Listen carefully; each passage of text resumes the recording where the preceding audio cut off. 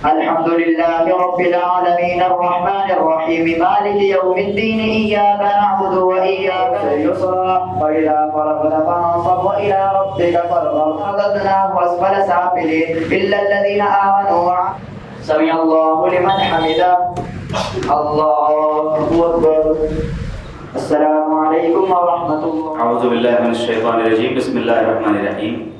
ابھی 4 رکعت میں آپ حضرات کے سامنے سورہ علم نشرہ سے لے کر اور سورہ العصر تک پڑھیں گے، تو ایک ایک کر کے انشاءاللہ ہم ان کا ترجمہ جانیں گے کہ اللہ رب العزت نے اس میں ہم سے کیا فرمایا۔ سب سے پہلے سورہ نمبر 94 سورہ علم نشرہ پڑھی گئی۔ نشرہ کے معنی ہیں، علم نشرہ کے معنی ہیں کھول دینا، اور اس میں اس سورہ کے اندر اللہ کے نبی صلی اللہ علیہ وسلم کا سینہ کھولنے کے بارے میں بات کی گئی ہے۔ مفسرین نے، علماء کرام نے سینہ کھولنے کا مطلب 3 مراد لیا۔ پہلا واقعہ یہ ہے جب نبی کریم صلی اللہ علیہ وسلم بچپن میں چھوٹے تھے، دائی حلیمہ کے پاس تھے، تو وہاں پر حضرت جبریل امین تشریف لائے تھے اور آپ نے ان کا جو ہے سینہ چاک کیا تھا اور اس کے اندر سے وہ لوتھڑا نکال دیا تھا جس کے اندر انسانی جو کمزوریاں ہوتی ہیں اس کو جو ہے نکال دیا تھا۔ اس کو بھی سینہ کھولنے سے لیا گیا ہے۔ اور دوسرا جو ہے اسلام کے لیے سینہ کھولنا، جب نبی کریم صلی اللہ علیہ وسلم کا سینہ بھیجا جاتا تھا، تنگ ہوا کرتا تھا کہ کس طرح سے سماج کے اندر پھیلی ہوئی برائیوں کو ہم روک سکیں، تو اللہ کے نبی صلی اللہ علیہ وسلم کا سینہ تنگ تھا اس وقت، تو اللہ رب العزت نے جو ہے ان کے لیے سینہ کھول دیا اور دین اسلام کے لیے ان کا سینہ کھولا، ہدایت کے لیے ان کا سینہ کھولا۔ اس کا بھی یہ مطلب کیا گیا ہے کہ سینہ کھولنا اسے کہتے ہیں۔ اور تیسرا مطلب جو مفسرین نے لیا ہے کہ کفر کے مقابلے میں حوصلہ اور ہمت، یعنی دل کھول دینا، کہ جس طرح سے پورے کفار جو ہے اللہ کے نبی صلی اللہ علیہ وسلم کی زندگی کو ختم کرنے کے لیے چڑھائی کر آئے تھے، تو ایک عام انسان جو ہے اس میں ہمت ہار بیٹھتا، لیکن نبی کریم صلی اللہ علیہ وسلم جو ہے اس کے اندر آپ کا سینہ کھول دیا گیا اور آپ جو ہے کبھی بھی پوری زندگی کبھی ان سے خوف نہیں کھایا۔ اس کو کہتے ہیں سینہ کھولنا۔ اور یہ سورہ جو ہے مکہ میں نازل ہوئی اور اللہ کے نبی صلی اللہ علیہ وسلم جو ہے وہ پریشان رہا کرتے تھے، تو آپ کو جو ہے اس کے اندر تسلی دی گئی ہے کہ جب سماج جو ہے آپ کے لیے دشمن ہو جائے گا تو آپ یہ مت سمجھیے کہ اللہ تعالیٰ نے آپ کو چھوڑ دیا ہے، بلکہ اللہ تعالیٰ نے آپ کو ہمیشہ جو ہے تسلی دی ہے۔ بسم اللہ الرحمن الرحیم، اللہ کے نام سے جو بے انتہا مہربان رحم فرمانے والا ہے۔ اے نبی، کیا ہم نے تمہارا سینہ تمہارے لیے کھول نہیں دیا اور تم پر سے وہ بھاری بوجھ اتار دیا جو تمہاری کمر توڑے ڈال رہا تھا اور تمہارے خاطر تمہارے ذکر کا آوازہ بلند کر دیا؟ بس حقیقت یہ ہے کہ تنگی کے ساتھ آسانی ہے، اور بے شک تنگی کے ساتھ آسانی ہے، لہٰذا جب تم فارغ ہو جاؤ تو عبادت کی مشقت میں لگ جاؤ اور اپنے رب ہی کی طرف راغب ہو۔ اس کے بعد سورہ التین شروع ہوئی۔ 3 کے معنی ہیں انجیر کے۔ 3 یعنی فگ، ایک پھل ہوتا ہے، فگ جسے ہم کہتے ہیں انجیر ہوتا ہے، اللہ تعالیٰ نے اس کی قسم کھائی ہے سورہ کے اندر۔ اس میں اللہ رب العزت نے بتایا انسان کو کہ جزا و سزا کس طرح سے دی جائے گی۔ بسم اللہ الرحمن الرحیم، اللہ کے نام سے جو بے انتہا مہربان اور رحم فرمانے والا ہے۔ قسم ہے انجیر اور زیتون کی اور طور سینا کی اور اس پرامن شہر مکہ کی۔ ہم نے انسان کو بہترین ساخت پر پیدا کیا، پھر اسے الٹ پھیر کر ہم نے سب نیچوں سے نیچ کر دیا، سوائے ان لوگوں کے جو ایمان لائے اور نیک عمل کرتے رہے، ان کے لیے کبھی ختم نہ ہونے والا اجر ہے۔ بس اے نبی، اس کے بعد کون جزا و سزا کے معاملے میں تم کو جھٹلا سکتا ہے؟ کیا اللہ سب حاکموں سے بڑا حاکم نہیں ہے؟ یہاں پر سورہ 3 مکمل ہو گئی۔ اس کے بعد سورہ العلق شروع ہوئی۔ سورہ العلق، علق کہتے ہیں جمے ہوئے خون کا ایک لوتھڑا، تو یہ قرآن کریم کی سب سے پہلی وحی تھی جب نبی کریم صلی اللہ علیہ وسلم کا وہاں پر من نہیں لگتا تھا، جب وہ دیکھتے تھے کہ وہاں پر ریپس ہو رہے ہیں، وہاں پر کرائم ہو رہے ہیں، وہاں پر مرڈرز ہو رہے ہیں، وہاں چوریاں ہو رہی ہیں، وہاں پر لوگ شراب پی کر ایک دوسرے سے لڑ رہے ہیں، تو ایک شریف آدمی اس جگہ سے ہٹ جایا کرتا ہے۔ نبی کریم صلی اللہ علیہ وسلم اپنے شہر سے جو ہے دور ایک چھوٹی سی پہاڑی کے اندر ایک گفا تھی جس کو جبل نور کہا جاتا ہے، وہاں پر ایک گفا تھی جس کو بولتے ہیں غار حرا، وہاں پر آپ بیٹھا کرتے تھے۔ کئی روز آپ فاقہ کر کے بھوکے رہ کر وہاں پر سوچا کرتے تھے، غور فکر کیا کرتے تھے کہ کس طرح سے انسانیت کی جو پریشانی ہے، جو سمسیا ہے، اس کو کیسے حل کیا جائے، کیسے سولو کیا جائے، یہ جو سب خرابیاں سماج کے اندر ہیں اس کو کیسے ختم کیا جائے، تو آپ غور و فکر کیا کرتے تھے۔ تو اس وقت جب آپ اس غار کے اندر تھے، غار حرا کے اندر، پہاڑ کی گفا کے اندر تھے، تو حضرت جبریل جو ہے وہ تشریف لائے اور وہاں پر انہوں نے آپ سے کہا کہ محمد پڑھو۔ آپ صلی اللہ علیہ وسلم نے کہا کہ میں پڑھنا نہیں جانتا، تو آپ نے ان کو سینے سے لگایا اور زور سے بھیجا اور کہا کہ پڑھو۔ آپ نے کہا کہ میں پڑھنا نہیں جانتا، تب آپ نے کہا کہ پڑھ اپنے رب کے نام سے جس نے تمہیں پیدا کیا، خون کے جمے ہوئے ایک لوتھڑے سے۔ اس کو بولتے ہیں العلق۔ العلق کے نام سے یہ سورہ جو ہے وہ رکھی گئی ہے، اس کا نام رکھا گیا ہے سورہ العلق۔ اور اس کی جو آیت نمبر 1 سے لے کر 5ویں تک جو ہے وہ قرآن کریم کی سب سے پہلی وحی ہے، اس کے بعد چھٹی سے لے کر آیت نمبر 6 سے لے کر اور آخر تک یہ نازل ہوئی اس وقت جب اللہ کے نبی صلی اللہ علیہ وسلم نے نماز پڑھنی شروع کر دی تھی، یعنی جب آپ نبی بنائے جا چکے تھے، نماز کا طریقہ بھی آپ کو سکھا دیا جا چکا تھا۔ اس کے بعد ابو جہل جو ہے وہ بہت پریشان کیا کرتا تھا، نماز پڑھنے سے روکتا تھا، اور اس وقت جو ہے باقی آیت جو ہے وہ نازل ہوئی۔ سورہ العلق، بسم اللہ الرحمن الرحیم، اللہ کے نام سے جو بے انتہا مہربان اور رحم فرمانے والا ہے۔ پڑھو اے نبی اپنے رب کے نام سے جس نے پیدا کیا تمہیں جمے ہوئے خون کے ایک لوتھڑے سے، انسان کی تخلیق کی۔ پڑھو اور تمہارا رب بڑا کریم ہے جس نے قلم کے ذریعے سے علم سکھایا اور انسان کو وہ علم دیا جسے وہ نہ جانتا تھا۔ ہرگز نہیں، انسان سرکشی کرتا ہے اس بنا پر کہ وہ اپنے آپ کو بے نیاز دیکھتا ہے، حالانکہ پلٹنا یقیناً تیرے رب کی طرف ہے۔ تم نے دیکھا اس شخص کو جو ایک بندے کو منع کرتا ہے جبکہ وہ نماز پڑھتا ہو، یعنی کہ ابو جہل کے بارے میں بات ہو رہی ہے۔ تمہارا کیا خیال ہے کہ اگر وہ بندہ راہ راست پر ہو، یعنی نبی صلی اللہ علیہ وسلم اگر راہ راست پر ہو یا پرہیزگاری کی تلقین کرتا ہو، تمہارا کیا خیال ہے کہ اگر یہ منع کرنے والا شخص یعنی ابو جہل جھٹلاتا اور منہ موڑتا ہو، کیا وہ نہیں جانتا کہ اللہ دیکھ رہا ہے؟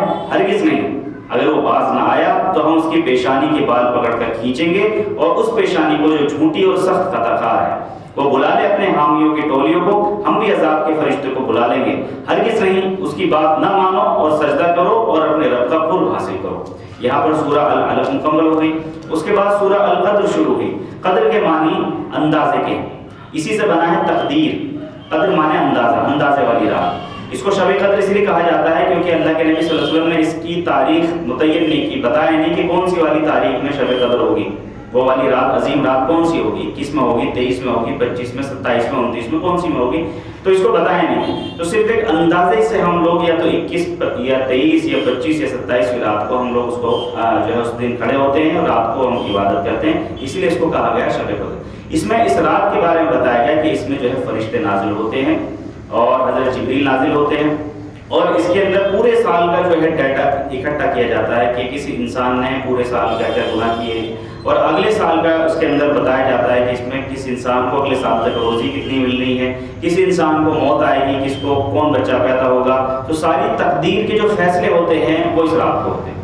بعض لوگ یہ سوچتے ہیں کہ تقدیر مانے وہ ہے جو اللہ تعالیٰ نے پہلے لکھ دیا وہ سارا ہو کر رہے گا، ایسا نہیں۔ تقدیر کہتے ہیں اندازہ۔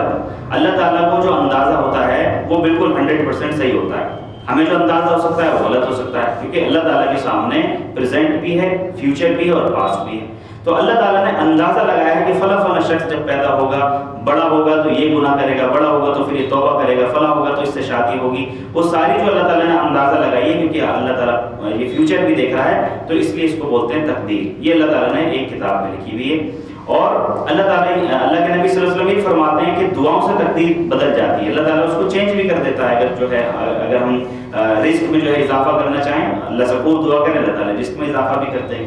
اور بھی بہت ساری بیماریاں ہیں کہ تقدیر میں لکھی، صدقہ کرنے سے جو ہے برائی دفع بھی ہو جاتی، تو تقدیر کے اندر چینج ہو جاتی۔ بیسیکلی تقدیر کے معنی اندازے کی، اس کی اہمیت بتائی گئی ہے اس رات کی سورہ کے اندر کہ یہ 1000 مہینوں سے بھی زیادہ افضل ہے۔ یعنی ایک انسان اس رات کو پالے اور کھڑے ہو کر اس میں عبادت کرے تو مانو اس نے 1000 مہینوں سے بھی زیادہ، یعنی تقریباً 82-83 سال جو ہے تقریباً اس نے عبادت کر لی۔ اتنی عظیم یہ رات ہے آج کی رات۔ تو شروع کرتے ہیں سورہ القدر۔ بسم اللہ الرحمن الرحیم، اللہ کے نام سے جو بے انتہا مہربان اور رحم فرمانے والا ہے۔ ہم نے اس قرآن کو شب قدر میں نازل کیا، اور تم کیا جانو کہ شب قدر کیا ہے؟ شب قدر 1000 مہینوں سے زیادہ بہتر ہے۔ فرشتے اور روحیں اس میں اپنی رب کے اذن سے ہر حکم لے کر اترتے ہیں، اور وہ رات سراسر سلامتی ہے طلوع فجر تک۔ اس کے بعد سورہ البینہ شروع ہوئی۔ بینہ کے معنی ہوتے ہیں کھول کر بیان کر دینا، بیان سے بنا ہے بینہ، اور دلیل روشن، ایسی روشن دلیل، ایسی روشن نشانی ہے جس سے سب کچھ واضح ہو جائے، سب کچھ کھل کر بیان ہو جائے، اس کو بولتے ہیں بینہ۔ قرآن کریم کا بھی ایک نام البینہ بھی ہے، اور اس میں پہلی ہی آیت میں ذکر ہوا ہے بینہ کا، کتاب کا جو ہے، اسی لیے اس کا نام سورہ البینہ رکھا گیا۔ اس سورہ کے اندر یہ بتایا گیا ہے کہ کتاب کے ساتھ رسول بھیجنا کیوں ضروری تھا۔ بعض لوگ یہ اعتراض کرتے تھے کہ اللہ تعالیٰ صرف کتاب نازل کر دیتا، سب لوگ اس کو پڑھ لیتے اور سب لوگوں کے لیے ہدایت کے لیے کافی تھی، تو نبی بھیجنے کی کیا ضرورت تھی، نبی سلیکٹ کرنے کی کیا ضرورت تھی۔ اس سورہ کے اندر بتایا گیا ہے کہ کتاب کے ساتھ ساتھ نبی بھیجے جانے کی کیوں ضرورت ہے، کیوں تھیوری کے ساتھ پریکٹیکل کرنا ضروری ہے، یہ اس کے اندر بتایا گیا ہے۔ اللہ کے نام سے جو بے انتہا مہربان اور رحم فرمانے والا ہے۔ اہل کتاب اور مشرکین میں سے جو لوگ کافر تھے وہ اپنے کفر سے باز آنے والا نہ تھے جب تک کہ ان کے پاس دلیل روشن نہ آ جائے، یعنی کہ اللہ کی طرف سے ایک اصول جو پاک صحیفے پڑھ کر سنائے، جس میں بالکل راست اور درست تحریریں لکھی ہوئی ہیں۔ پہلے جن لوگوں کو کتاب دی گئی تھی ان میں تفرقہ برپا نہیں ہوا، مگر اس کے بعد کہ ان کے پاس راہ راست واضح بیان آ چکا تھا اور ان کو اس کے سوا کوئی حکم نہیں دیا گیا تھا کہ اللہ کی بندگی کریں اپنے دین کو اس کے لیے خالص کر کے، بالکل یکسو ہو کر، اور نماز قائم کریں اور زکات دیں، یہی نہایت صحیح اور درست دین ہے۔ اہل کتاب اور مشرکین میں سے جن لوگوں نے کفر کیا وہ یقیناً جہنم کی آگ میں جائیں گے اور ہمیشہ اس میں رہیں گے۔ یہ لوگ بدترین خلائق ہیں۔ جو لوگ ایمان لے آئے اور جنہوں نے نیک عمل کیے وہ یقیناً بہترین خلائق ہیں، ان کی جزا ان کے رب کے پاس ہے، یہاں دائمی قیام کی جنتیں ہیں جن کے نیچے نہریں بہ رہی ہوں گی، وہ اس میں ہمیشہ رہیں گے۔ اللہ ان سے راضی ہوا، وہ اللہ سے راضی ہوئے۔ یہ کچھ ہے اس شخص کے لیے جس نے اپنے رب کا خوف کیا ہو۔ اس کے بعد سورہ نمبر 99 یعنی کہ سورہ الزلزال شروع ہوئی، اور زلزال کے معنی ہوتے ہیں زلزلہ یعنی کہ بھوکمپ، ارتھکویک، اور اس سورہ کے اندر قیامت کا ذکر کیا گیا ہے کہ کس طرح سے اٹھایا جائے گا، اور اس میں زمین کے بوجھ کے بارے میں بھی ذکر کیا گیا ہے کہ زمین اپنے اندر کے سارے بوجھ نکال کر باہر پھینک دے گی۔ اب زمین کے بوجھ کیا ہیں اس کے بارے میں بھی مفسرین نے 3 رائے بتائی ہے۔ ایک تو زمین کے اندر جو بوجھ ہیں وہ ہیں پتھر، میٹل، دھاتو، جتنے بھی زمین کے اندر دبے ہوئے ہیں، سونا، یہ اور بھی سارے جو دھاتو ہیں وہ سب زمین کے اندر بوجھ ہیں۔ جب قیامت آئے گی تو وہ سارے کے سارے باہر نکال دیے جائیں گے۔ جیسے پہاڑ جتنے میں نظر آتے ہیں اس سے زیادہ اندر ہیں، تو اللہ تعالیٰ کئی جگہ قرآن کریم میں فرماتے ہیں کہ ہم اس پہاڑوں کو اٹھا لیں گے، پہاڑ اڑتے پھریں گے۔ زمین اپنے سارے بوجھ نکال کر باہر پھینک دے گی، ایک مطلب یہ ہے۔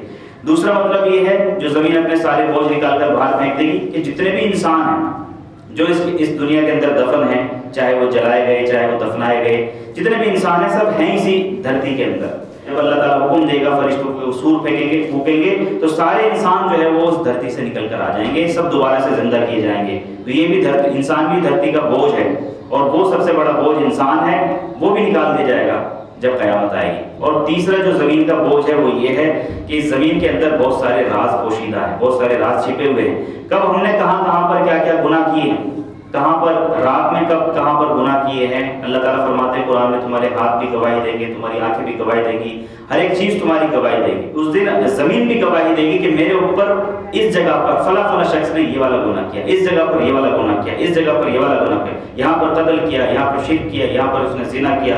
ہر ایک زمین کا حصہ جو ہے وہ گواہی دے گا، اور اس کے اندر جو بہت سارے راز دفن ہیں، وہ جو بوجھ لیے ہوئے ہے دنیا سینے میں، وہ اپنے سارے بوجھ نکال کر باہر پھینک دے گی۔ اس کا ذکر اس کے اندر کیا گیا۔ بسم اللہ الرحمن الرحیم، اللہ کے نام سے جو بے انتہا مہربان اور رحم فرمانے والا ہے۔ جب زمین اپنی پوری شدت کے ساتھ ہلا ڈالی جائے گی اور زمین اپنے اندر کے سارے بوجھ نکال کر باہر پھینک دے گی، اور انسان کہے گا کہ اس کو کیا ہو گیا ہے۔ اس روز وہ اپنے اوپر گزرے ہوئے حالات بیان کرے گی، کیونکہ تیرے رب نے اس کو ایسا کرنے کا حکم دیا ہوگا۔ اس روز لوگ متفرق حالت میں پلٹیں گے تاکہ ان کے اعمال ان کو دکھائے جائیں۔ پھر جس نے ذرہ برابر بھی نیکی کی ہوگی وہ اس کو دیکھ لے گا، اور جس نے ذرہ برابر بدی کی ہوگی وہ اس کو دیکھ لے گا۔ یہاں پر سورہ زلزال میں مکمل ہوتی ہے۔ اس کے بعد سورہ العادیات شروع ہوتی ہے۔ عادیات مانے ایسے گھوڑے جن کی جو پھنکارے مارتے ہوئے گھوڑے ہیں، جو تیز رفتار والے گھوڑے ہیں ان کو بولتے ہیں عادیات۔ تو اس میں پہلی ہی آیت میں والعادیات ضبحا، اس میں اللہ تعالیٰ نے ان کی قسم کھائی، ایسے گھوڑوں کی جو پھنکارے مارتے ہوئے، چنگاری اڑاتے ہوئے، دھول اڑاتے ہوئے بھاگتے ہیں بہت تیز رفتار کے ساتھ، ایسے گھوڑوں کی اللہ تعالیٰ نے اس میں قسم کھائی۔ اور اس میں آخرت سے انکار کرنے کے بعد انسان کے اخلاق کیسے ہو جاتے ہیں، اس کا کریکٹر کیسے ہو جاتا ہے، یعنی مرنے کے بعد کی زندگی جو ہوتی ہے، جس کو پرلوک کہتے ہیں، جس کو آخرت کہتے ہیں، تو جو انسان اس زندگی کو نہیں مانتا اس کے کریکٹر کے اندر کیا بدلاؤ آتا ہے وہ اس کے اندر بتایا گیا۔ بسم اللہ الرحمن الرحیم، اللہ کے نام سے جو بے انتہا مہربان اور رحم فرمانے والا ہے۔ قسم ہے ان گھوڑوں کی جو پھنکارے مارتے ہوئے دوڑتے ہیں، پھر اپنی ٹاپوں سے چنگاریاں جھاڑتے ہیں، پھر صبح سویرے چھاپا مارتے ہیں، پھر اس موقع پر گرد و غبار اڑاتے ہیں، پھر اسی حالت میں کسی مجمع کے اندر جا گھستے ہیں۔ حقیقت یہ ہے کہ انسان اپنے رب کا بڑا ناشکرا ہے، اور وہ خود اس پر گواہ ہے، اور وہ مال و دولت کی محبت میں بری طرح مبتلا ہے۔ تو کیا یہ اس وقت کو نہیں جانتا جب قبروں میں جو کچھ دفن ہے اسے نکال دیا جائے گا، اور سینوں میں جو کچھ چھپا ہوا ہے اسے برآمد کر کے اس کی جانچ پڑتال کی جائے گی؟ یقیناً ان کا رب اس روز خوب باخبر ہوگا۔ اس کے بعد سورہ القاریہ، یہ 101 یعنی 101 نمبر کی سورہ ہے، یہ بھی مکی سورہ ہے، اور قاریہ کہتے ہیں عظیم حادثہ، ایک بہت بڑا ایکسیڈنٹ، اور اس میں بھی جو ہے قیامت کا ذکر کیا گیا ہے۔ بسم اللہ الرحمن الرحیم، اللہ کے نام سے جو بے انتہا مہربان اور رحم فرمانے والا ہے۔ عظیم حادثہ کیا ہے وہ عظیم حادثہ، اور تم کیا جانو کہ کیا ہے وہ عظیم حادثہ؟ وہ دن جب لوگ بکھرے ہوئے پروانوں کی طرح، پہاڑ رنگ برنگے دھنکے ہوئے اون کی طرح ہوں گے، پھر جس کے پلڑے بھاری ہوں گے وہ دل پسند عیش میں ہوں گے، اور جس کے پلڑے ہلکے ہوں گے وہ ضائع قرار کی گہری کھائی میں ہوں گے۔ اور تمہیں کیا خبر کہ وہ چیز کیا ہے؟ بھڑکتی ہوئی آگ۔ اس کے بعد سورہ التکاثر شروع ہوئی، یہ 100 نمبر 2 کی سورہ ہے، اور تکاثر کے معنی ہے کثرت کے، یعنی ایک دوسرے سے زیادہ کمپٹیشن کرنا، کسی چیز میں بڑھ چڑھ کر آگے نکل جانے کی کوشش کرنا، اس کو بولتے ہیں تکاثر۔ اس میں اللہ تعالیٰ نے جو لوگ دنیا کی دھن میں غفلت میں ہو گئے ہیں، یعنی بس دنیا میں حاصل کرنی ہے، اپنا نام کمانا ہے، پیسہ کمانا ہے، دولت کمانی ہے، بڑا فیم چاہیے، اچھا گھر چاہیے، تو ایسے کرتے کرتے وہ قبر تک پہنچ جاتے ہیں، یعنی ان کی عمر ختم ہو جاتی ہے، صبح ہوتی ہے شام ہوتی ہے، زندگی یوں ہی تمام ہوتی ہے، ان کی زندگی یوں ہی ختم ہو جاتی ہے۔ تو ایسے لوگوں کا کیا حال ہوگا جو دنیا کی دھن میں بالکل غافل ہیں، اللہ تعالیٰ کو بالکل بھول چکے ہیں، تو ان کا ذکر اس کے اندر کیا گیا۔ بسم اللہ الرحمن الرحیم، اللہ کے نام سے جو بے انتہا مہربان اور رحم فرمانے والا ہے۔ تم لوگوں کو زیادہ سے زیادہ ایک دوسرے سے بڑھ چڑھ کر دنیا حاصل کرنے کی دھن نے غفلت میں ڈال رکھا ہے، یہاں تک کہ اسی فکر میں تم قبر تک پہنچ جاتے ہو۔ ہرگز نہیں، ان قریب تم کو معلوم ہو جائے گا۔ پھر سن لو، ہرگز نہیں، ان قریب تم کو معلوم ہو جائے گا۔ ہرگز نہیں، اگر تم یقینی علم کی حیثیت سے اس روش کے انجام کو جانتے ہوتے تو تمہارا یہ طرز عمل نہ ہوتا۔ تم جہنم دیکھ کر رہو گے، پھر سن لو، تم بالکل یقین کے ساتھ اسے دیکھ لو گے، پھر ضرور اس روز تم سے ان نعمتوں کے بارے میں جواب طلبی کی جائے گی۔ یہ سورہ تکاثر ہو گئی۔ اس کے بعد سورہ العصر، یہ عصر کے معنی ہوتے ہیں زمانہ، ایسا زمانہ جو گزر چکا، ایسا زمانہ جو چل رہا ہے، اور ایسا زمانہ جو آنے والا ہے۔ اور ان زمانوں کے اندر جتنے بھی لوگ ہیں ان سب کی قسم کھا کر اللہ تعالیٰ نے کچھ باتیں کہی ہیں۔ اور امام شافعی کہتے ہیں کہ اگر پورا قرآن نازل نہ ہوتا، صرف یہ سورہ عصر نازل ہوتی تو یہ انسانیت کی رہنمائی کے لیے کافی تھی۔ اتنی زیادہ ڈیپ ہے یہ سورہ۔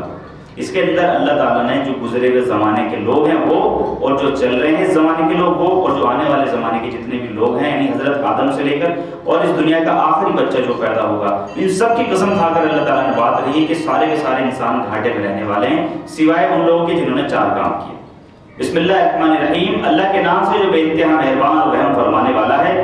زمانے کی قسم، انسان در حقیقت خسارے میں ہے، یعنی کہ نقصان میں ہے، سوائے ان لوگوں کے جو ایمان لائے اور جنہوں نے نیک عمل کیے اور جنہوں نے ایک دوسرے کو حق کی نصیحت کی اور صبر کی تلقین کی۔ یہ 4 چیزیں اس کے اندر بتائی ہیں، ان میں سے ایک بھی چیز اگر کسی انسان نے نہیں کی تو وہ سب خسارے میں جانے والے ہیں۔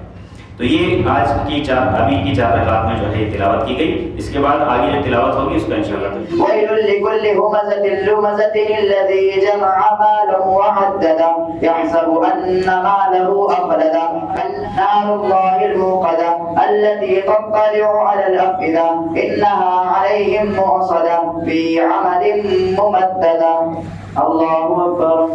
ألم تر كيف فعل ربك بإيل وأرسل عليهم طيرا أبابيل ترميهم بحجارة من سجيل لإيلاف قريش إيلافهم رحلة الشتاء أرأيت الذي يكذب بالدين فذلك الذي يدع اليتيم ولا يحض على طعام المسكين فويل للمصلين الذين هم عن صلاتهم ساهون الذين هم يراءون ويمنعون الماء بسم الله الرحمن الرحيم إنا أعطيناك الكوثر فصل وانحر الله أكبر سمع الله لمن حمده الله أكبر الله أكبر الله أكبر الله أكبر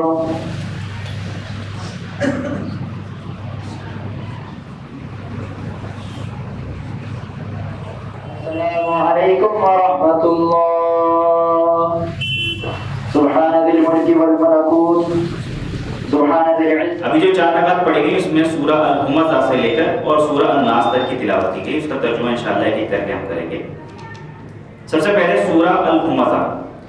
ہمزہ کہتے ہیں جو ایک دوسرے ایسے لوگوں کو جو ایک دوسرے پر طعنے کرتے ہیں، ایک دوسرے کی چغلیاں کرتے ہیں، منہ در منہ لوگوں کی جو ہے کمیاں نکالتے رہتے ہیں اور اس کے عادی ہو چکے ہیں، ادھر کی بات ادھر لگانا، ادھر کی بات ادھر لگانا۔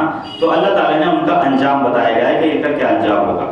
اور ان کے اندر کیا کیا اخلاقی خرابی ہونی شروع ہو جاتی ہیں، کیریکٹر لیس کیسے ہونے شروع ہو جاتے ہیں، جو ایک دوسرے پر عیب لگاتے رہتے ہیں، ایک دوسرے پر طعنے کرتے رہتے ہیں۔ بسم اللہ الرحمن الرحیم، اللہ کے نام سے جو بے انتہا مہربان اور رحم فرمانے والا ہے۔ تباہی ہے ہر اس شخص کے لیے جو منہ در منہ لوگوں پر طعنے اور پیٹھ پیچھے برائیاں کرنے کا خوگر ہے، جس نے مال جمع کیا اور اسے گن گن کر رکھا، وہ سمجھتا ہے کہ اس کا مال ہمیشہ اس کے پاس رہے گا، ہرگز نہیں، وہ شخص تو چکنا چور کر دینے والی جگہ میں پھینک دیا جائے گا، اور تم کیا جانو کہ وہ چکنا چور کر دینے والی جگہ کیا ہے؟ اللہ کی آگ خوب بھڑکائی ہوئی جو دلوں تک پہنچے گی، وہ ان پر ڈھانپ کر بند کر دی جائے گی، اس حالت میں کہ وہ اونچے اونچے ستونوں میں گھرے ہوئے ہوں گے۔ یہ سورہ المزہ ہو گئی۔ اس کے بعد سورہ الفیل شروع ہوتی ہے، 105 نمبر کی سورہ ہے، یہ بھی مکی سورہ ہے، اور یہ اس زمانے کا واقعہ ہے جب اللہ کے نبی صلی اللہ علیہ وسلم کے جو دادا تھے حضرت عبد المطلب، اس زمانے کا وہ واقعہ ہے جو مکہ کے وہ سردار تھے۔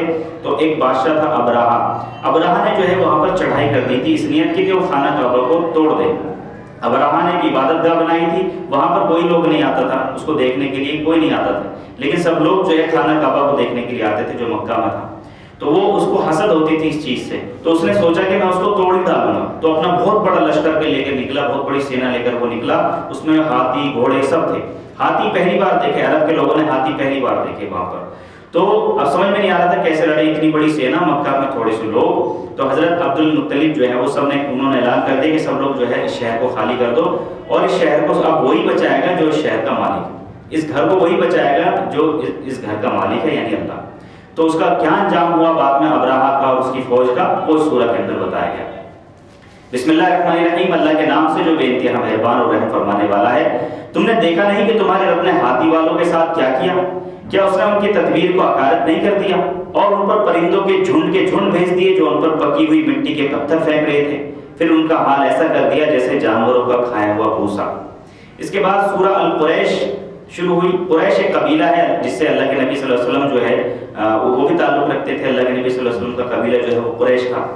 تو اس سورہ کے اندر بتایا گیا ہے کہ یہ جو گھر کعبہ ہے اس کی برکت یہ ہے، جو قریش قبیلہ ہے وہ جاڑے کے اور گرمی کے جو سفر ہوا کرتے تھے اس سے وہ لوگ بچ گئے۔ دور دور ان کو جانا پڑتا تھا، کہیں پہ خریداری کے لیے کسی اور چیز کے لیے جانا پڑتا تھا، لیکن اب لوگ تجارت کے لیے یہیں پر ہی آتے تھے، مکہ شہر کے اندر ہی آنے لگے، تو ان کو لمبے لمبے سفر کرنے کی زیادہ ضرورت نہیں ہوتی تھی، ساری چیزیں یہیں پر ہی، میلہ لگتا تھا بہت بڑا، وہ ساری چیزیں یہیں پر ہی مل جاتی تھی۔ اور جب دور جاتے تھے قبیلے میں تو ان کو لوٹنے کا بھی خطرہ ہوتا تھا کہ لٹیرے ان پر حملہ نہ کر دیں اور ساری چیزیں۔ تو اللہ تعالیٰ نے بتایا کہ اس گھر کی بدولت تم پر کتنے احسان اللہ تعالیٰ نے کیے کہ تمہیں امن نصیب کر دیا، اور تمہارے لمبے لمبے سفر جو ہوتے تھے ان سے بھی تمہیں بچا لیا۔ بسم اللہ الرحمن الرحیم، اللہ کے نام سے جو بے انتہا مہربان اور رحم فرمانے والا ہے۔ چونکہ قریش مانوس ہوئے، یعنی جاڑے اور گرمی کے سفروں سے مانوس، لہٰذا ان کو چاہیے کہ اس گھر کے رب کی عبادت کریں جس نے انہیں بھوک سے بچا کر کھانے کو دیا اور خوف سے بچا کر امن عطا کیا۔ اس کے بعد سورہ المعون شروع ہوتی ہے۔ معون کہتے ہیں جو معمولی ضرورت کی جو چیزیں ہوتی ہیں، بیسک نیڈ جو ہوتی ہے، چھوٹی چھوٹی سی چیزیں ہوتی ہیں جو ہمارے گھروں میں روزانہ یوز ہوتی ہیں، ڈیلی یوز کی چیزیں، ان کو بولتے ہیں معون۔ تو ایک جگہ اس میں بتایا گیا ہے کہ جو لوگ آخرت کا انکار کرتے ہیں، آخرت کی جزا و سزا کو جھٹلاتے ہیں، پرلوک کا جو حساب کتاب ہوگا اس کو جھٹلاتے ہیں، تو ان کے اندر اتنی زیادہ خرابی آنی شروع ہو جاتی ہیں کہ لوگوں کو جو بیسک سی چیزیں ہوتی ہیں، چھوٹی چھوٹی چیزیں، ان کو بھی دینے سے وہ گریز کرتا ہے، ان کو بھی منع کر دیتا ہے۔ اور اس کے اندر یہ بھی بات بتائی گئی کہ جو لوگ اپنی نمازیں پڑھتے ہیں، نماز میں ریاکاری کرتے ہیں، دکھاوا کرتے ہیں اور مسکینوں کو کھانا نہیں کھلاتے، تو ان کے لیے بہت بڑی تباہی ہے۔ بسم اللہ الرحمن الرحیم، اللہ کے نام سے جو بے انتہا مہربان اور رحم فرمانے والا ہے۔ تم نے دیکھا اس شخص کو جو آخرت کی جزا و سزا کو جھٹلاتا ہے، وہی تو ہے جو یتیم کو دھکے دیتا ہے اور مسکین کو کھانا دینے پر نہیں اکساتا۔ پھر تباہی ہے ان نماز پڑھنے والوں کے لیے جو اپنی نماز سے غفلت برتتے ہیں اور جو ریاکاری کرتے ہیں اور معمولی ضرورت کی چیزیں بھی دینے سے گریز کرتے ہیں۔ اس کے بعد سورہ الکوثر شروع ہوئی۔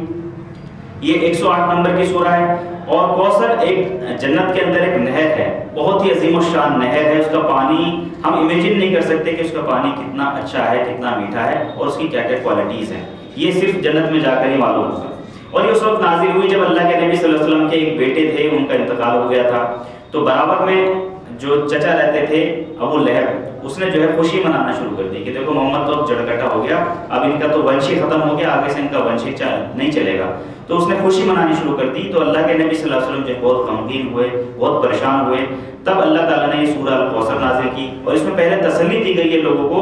اللہ کے نبی صلی اللہ علیہ وسلم کو پہلے تسلی دی گئی ہے کہ دیکھو ہم نے تمہیں کوثر عطا کر دی، تمہیں جو جنت کی سب سے عظیم جو نہر ہے ہم نے تمہیں وہ عطا کری ہے. پھر یہ بتایا کہ جو تمہارا دشمن ہے نا یہی جڑ کٹا ہے، جس نے کہا کہ نسل ختم ہو گئی، یہی تمہارا دشمن ہے، اسی کی جڑ ختم ہو جائے گی انشاءاللہ.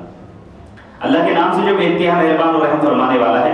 اے نبی ہم نے تمہیں کوثر عطا کیا، بس تم اپنے رب ہی کے لیے نماز پڑھو اور قربانی کرو، تمہارا دشمن ہی جڑ کٹا ہے. اس کے بعد سورہ الکافرون شروع ہوئی. کافرون کہتے ہیں، کافر کہتے ہیں انکار کرنے والا، نہ ماننے والا، چھپانے والا، ڈھانکنے والا، ان سب کو بولتے ہیں کافر. جو لوگ انکار کرتے ہیں ایشور کا، گاڈ کا انکار کرتے ہیں، ان کو کافر بولتے ہیں، ناستک بول دیتے ہیں.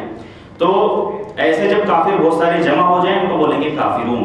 اور اس میں یہ ہوا تھا کہ اللہ کے نبی صلی اللہ علیہ وسلم جب دعوت دی گئی تھی اپنے رسالت کی، جب وہ بتایا کرتے تھے کہ بھئی آپ کا اور میرا سب کا ایک ہی خدا ہے، اور جن مورتیوں کی آپ پوجا کر رہے ہو اپنے ہاتھوں سے خود بنا کر کے، ان سب کا خدا بھی ایک ہی خدا ہے اور اسی کی عبادت کرنی چاہیے.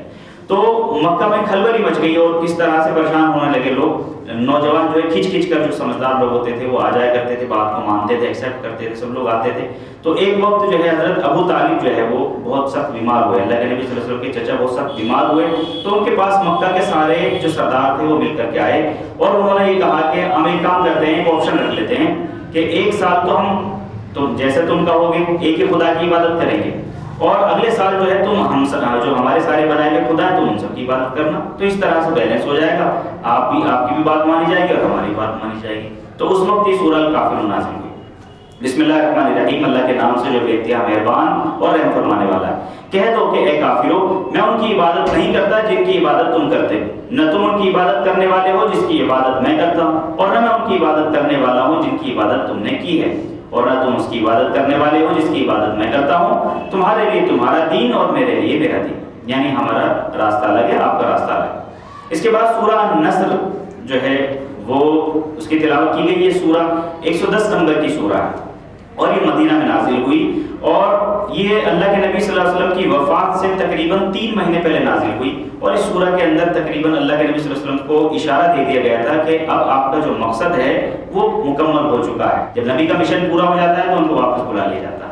تو اس سورہ کے بعد حضرت ابوبکر صدیق رضی اللہ عنہ فرماتے ہیں کہ اب مجھے ڈر ہے کہ کہیں ایسا نہ ہو کہ اللہ کے نبی صلی اللہ علیہ وسلم جو ہے وہ جلدی اس دنیا کو چھوڑ کر چلے جائیں. تو یہ سورہ نصر ہے. اس میں بتایا گیا ہے کہ جب تم دیکھ لو کہ لوگ فوج در فوج ایمان لے کر آ رہے تو پھر تم اپنا ذکر کرو، توبہ کرو، اور اللہ تعالیٰ تمہاری توبہ قبول کرنے والا ہے. اللہ کے نام سے جو بے انتہا مہربان اور رحم فرمانے والا ہے. جب اللہ کی مدد آ جائے اور فتح نصیب ہو جائے، اے نبی تم دیکھ لو کہ لوگ فوج در فوج اللہ کے دین میں داخل ہو رہے ہیں، تو اپنے رب کی حمد کے ساتھ تسبیح کرو اور اس کی مغفرت کی دعائیں مانگو، بے شک وہ بڑا توبہ قبول کرنے والا ہے. اس کے بعد سورہ اللہب شروع ہوئی. یہ 111 نمبر کی سورہ ہے. یہ جو لہب تھا، ابو لہب اللہ کے نبی صلی اللہ علیہ وسلم کا چچا تھا، اور یہ سب سے زیادہ بڑا دشمن تھا، سب سے زیادہ ٹارچر اس نے کیا تھا. اس نے اور اس کی بیوی نے بہت ٹارچر کیا تھا. تو یہ کیا کرتے تھے، اللہ کے نبی صلی اللہ علیہ وسلم کے بالکل پڑوس میں گھر تھا ایک دم. اللہ کے نبی صلی اللہ علیہ وسلم جب نماز پڑھتے تھے ان کے اوپر گندگی ڈال دیا کرتا تھا، کیچڑ ڈال دیا کرتا تھا. اللہ کے نبی صلی اللہ علیہ وسلم جب باہر جایا کرتے تھے ان کے راستے میں کانٹے بچھا دیا کرتے تھے تاکہ پیر جو ہے زخمی ہو جائیں. ہر طرح سے جب آپ کھانا بناتے تھے تو ان کے کھانے میں جو ہے اونٹ کی گندگی جو ہے وہ ڈال دیا کرتا تھا. ہر طرف وہ خوب خوش ہوتا تھا. بہت ٹارچر کیا اس نے. اللہ کے نبی صلی اللہ علیہ وسلم کے ایک بیٹے کا انتقال ہو گیا تو اس نے جو ہے شور مچانا شروع کر دیا کہ بھئی اب تو جو ہے یہ محمد صلی اللہ علیہ وسلم کے دونوں ہاتھ ٹوٹ گئے اور اب تو جو ہے ان کی نسل ہی ختم ہو گئی. تو اس میں بتایا گیا کہ ابو لہب کے دونوں ہاتھ ٹوٹ گئے. ٹوٹ کا مطلب یہ کہ اس سے علیحدہ ہو گئے. اور آگے یہی ہوا کہ آگے ابو لہب کے دونوں بچے تھے وہ اسلام قبول کر لیا انہوں نے اور اپنے باپ کو چھوڑ دیا. باپ بڑا کریکٹر لیس آدمی تھا، جیسے بتایا کہ بہت پریشان کیا کرتا تھا. تو اس کے بعد جو ہے ابو لہب کو کیڑے پڑ گئے، اتنی سخت بیماری ہوئی کہ اس کے بیٹوں نے ہی جو ہے شہر سے باہر ایک چھوٹی سی کٹیا بنا کر باہر نکال دیا گھر سے. اس کی لاش وہیں پر سڑتی رہی، مر گیا، سڑتی رہی لاش، کوئی اٹھانے کے لیے بھی نہیں آیا. اس کی بیوی تک بھی اٹھانے کے لیے نہیں آئی. تب لوگوں نے کہا ان کے دونوں بیٹوں سے کہ جاؤ جیسا بھی تھا تمہارا باپ تھا کم سے کم اس کو دفنا تو دو. تو ایسے ڈنڈوں سے اٹھا کر لاش جو ہے نا وہ گڈھے میں پھینک دی. اتنا برا حال ہوا ابو لہب کا. اس کے بارے میں بات بتائی جا رہی ہے. بسم اللہ الرحمن الرحیم، اللہ کے نام سے جو بے انتہا مہربان اور رحم فرمانے والا ہے. ٹوٹ گئے ابو لہب کے ہاتھ اور نامراد ہو گیا. اس کا مال جو اس نے کچھ کمایا تھا کسی کام نہ آیا. ضرور وہ شعلہ زن آگ میں میں ڈالا جائے گا، اس کے ساتھ اس کی جورو بھی لگائی بجھائی کرنے والی، اس کی گردن میں مونج کی رسی ہوگی۔ اس کے بعد سورہ الاخلاص شروع ہوئی۔ اخلاص کے معنی خالص یعنی پیور۔ تو اس میں اللہ کے نبی صلی اللہ علیہ وسلم جب لوگوں کو بتاتے تھے کہ بھئی ایک اللہ کی عبادت کرو، اب مکہ کے جو الگ الگ قبیلے تھے ان سب الگ الگ قبیلوں نے اپنے اپنے خدا بنائے ہوئے تھے، اپنے ہاتھوں سے بناتے تھے کہ یہ ہمارے خاندان کا رب ہے، یہ ہمارے خاندان کا رب ہے، یہ ہمارے خاندان کا خدا ہے۔ تو جب اللہ کے نبی صلی اللہ علیہ وسلم نے ان کو انٹروڈیوس کرایا کہ بھئی آپ ایک اللہ کی جس نے سب کو پیدا کیا ہے اس کی عبادت کریے، تو انہوں نے پوچھا کہ بھئی آپ کا جو خدا ہے جس کے بارے میں آپ بتا رہے ہو وہ کس چیز کا بنا ہوا ہے؟ وہ مٹی کا بنا ہوا ہے، پتھر کا بنا ہوا ہے، اور کس قبیلے سے تعلق رکھتا ہے؟ اس کا باپ کون ہے؟ اس کا بیٹا کون ہے؟ تو اس کا آپ کچھ انٹروڈکشن کراؤ، تھوڑا اس کا تعارف کراؤ، تب یہ سورہ اخلاص نازل ہوئی۔ اور اس کے اندر جو خصوصیت بتائی گئی، جو اسپیشلٹی بتائی گئی اللہ تعالیٰ کی، وہ کسی اور خدا کے اندر نہیں ملتی۔ بسم اللہ الرحمن الرحیم، اللہ کے نام سے جو بے انتہا مہربان اور رحم فرمانے والا ہے۔ کہو وہ اللہ ہے یکتا، یکتا یعنی احد، بالکل اکیلا۔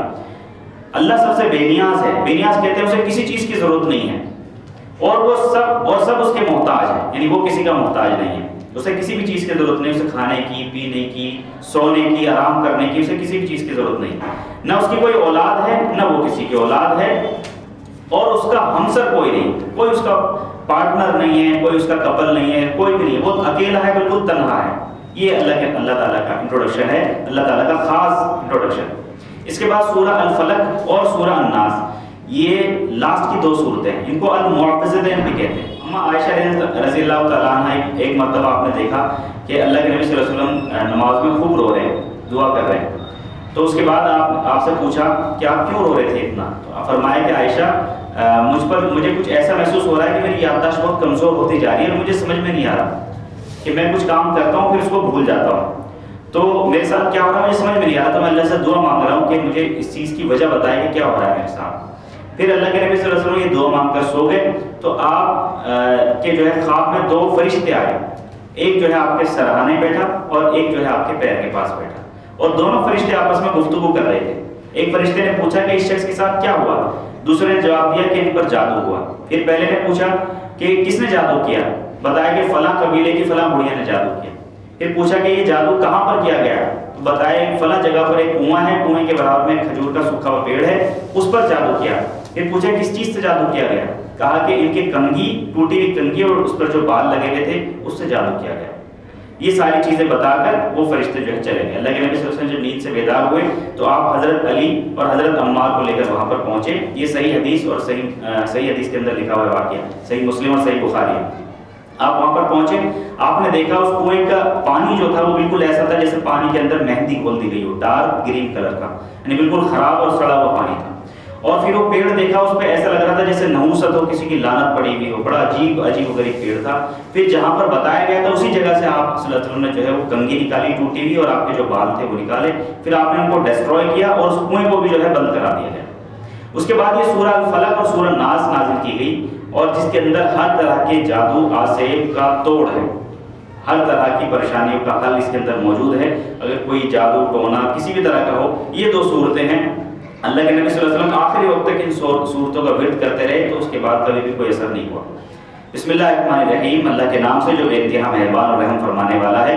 کہو میں پناہ مانگتا ہوں صبح کے رب کی، ہر اس چیز کی برائی سے جو اس نے پیدا کی، اور رات کی تاریکی کے شر سے، یعنی رات کی تاریکی کی برائی سے جبکہ وہ چھا جائے، اور گروہ میں پھونکنے والے یا پھونکنے والیوں کی برائی سے، جو گنڈے وغیرہ بناتے ہیں اس میں پھونک مارتے جادو ٹونا، ان کی برائی سے، اور حاسدین کے شر سے، حاسدین کی برائی سے جبکہ وہ حسد کرے۔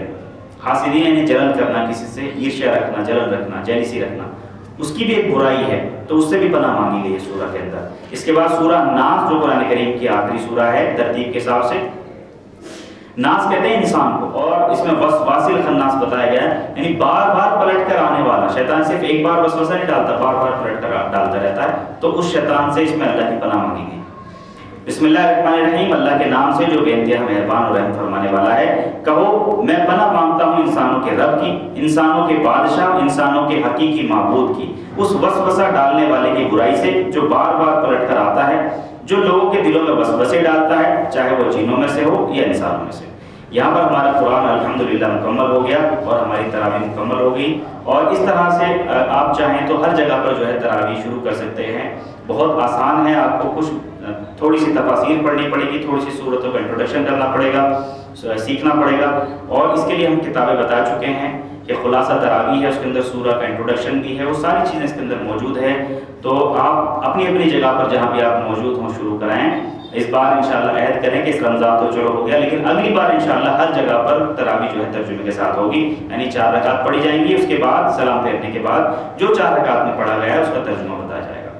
جزاک اللہ خیر، آپ لوگوں کا بہت بہت شکریہ۔